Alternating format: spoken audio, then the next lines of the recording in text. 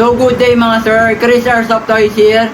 So magkakaroon nga pala tayo ng sale mga sir ha. Ito na yung hinihintay nyo na good news. July 8 hanggang July 15, 2026. So magkakaroon tayo ng less 500 sa lahat ng double bell units natin. So papakita ko lang yung mga ilan na double bell units.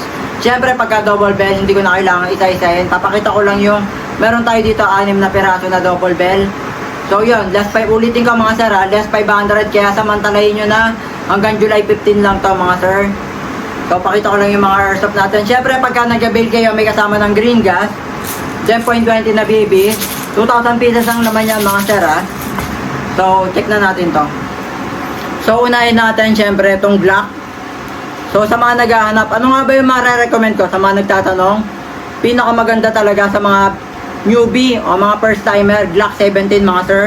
So ito budget meal lang to, double bell ang brand with free hard case na syempre.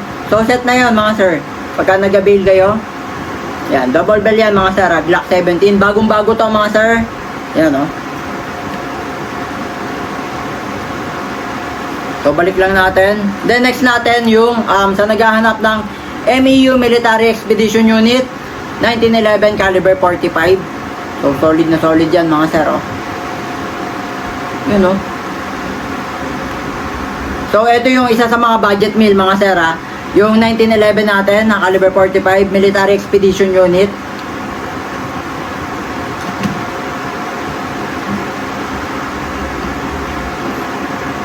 Then next natin mga sir, marami naghahanap na ito ha. Bakit nga ba sikat to and in demand? Maraming bumibili.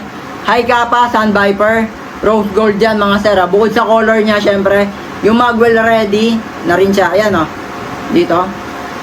So yung Taran Tactical, Sun Viper kita naman. So bakit nga ba in demand? Maraming bumibili na ito mga sir. Siyempre isa to sa mga ginamit ni John Wick sa pelikula. Kung matatandaan nyo mga sir, yung High Kappa. Yun, napaka-solid, daming bumibili na ito mga sir. Kahit mga criminology student. Then next natin, ito talaga o ang Murig, High Kappa Pit Viper, all black. Solid na solid yan mga sir o. Then yung barrel niya is, ayan, may pagkamaroon yung barrel niya sa loob. Yun da. Then yung Taran Tactical, syempre yung symbol ng Taran. Syempre yun nga pala mga sir, pagka naman High Kappa Pit Viper o High Kappa Sun Viper, makikita nyo naman yung symbol sa magazine. Yan o, yung Taran. Symbol ng Taran mga sir.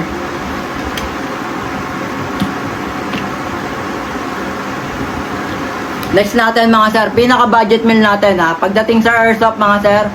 So sa mga nagtatanong, ano nga ba yung budget meal natin pagdating sa double bell? So M92 Beretta mga sir. Sobrang solid na ito mga sir ha. May kabigatan din to mga sir. Halos pumaparehas na rin to sa High Kappa natin. Yung iba kasi nating unit, medyo magaan lang ng konti. Mga halos 1 kilo. Ito lagpas 1 kilo to mga sir. Double bell pala, sorry. Double bell M92 mga sir ha. Yan ha. So may safety lock yan. So yan, nakikita nyo naman diba. Ito, nakataas, puputok yan mga sir. So press lang natin. Ito, pe-press nyo lang para bumalik.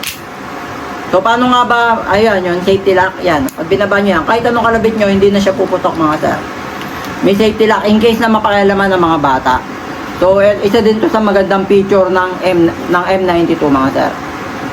So, solid din. Ito, magandang unit din to mga sir. Pinakamura natin to, double bell M92.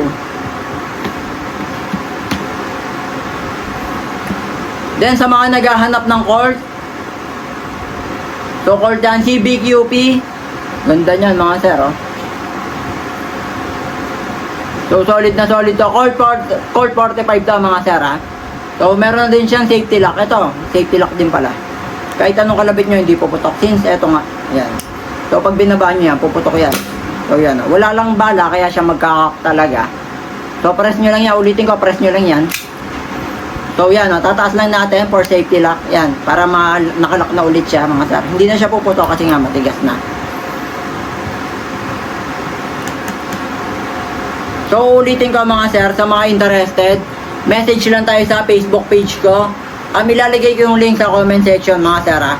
So message na tayo mga sir. Ulitin ko, nakasale tayo ngayong July 8 hanggang July 15, 2026. So, pag sinabing double bell, syempre with pre-hard case na yan, ha. Example na ito, MEU, double bell ang brand, syempre. Military Expedition Unit, 1911, caliber 45. Then, yung M92 natin na tan color.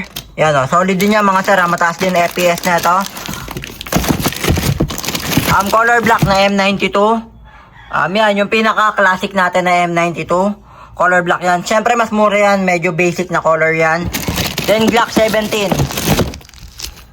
Meron din tayo high kappa dito, ha. So, high kappa. So, with pre-hard case. Ulitin ko, mga sir, pag nag-avail kayo ng double bell ng brand, with pre-hard case na po yan, mga sir.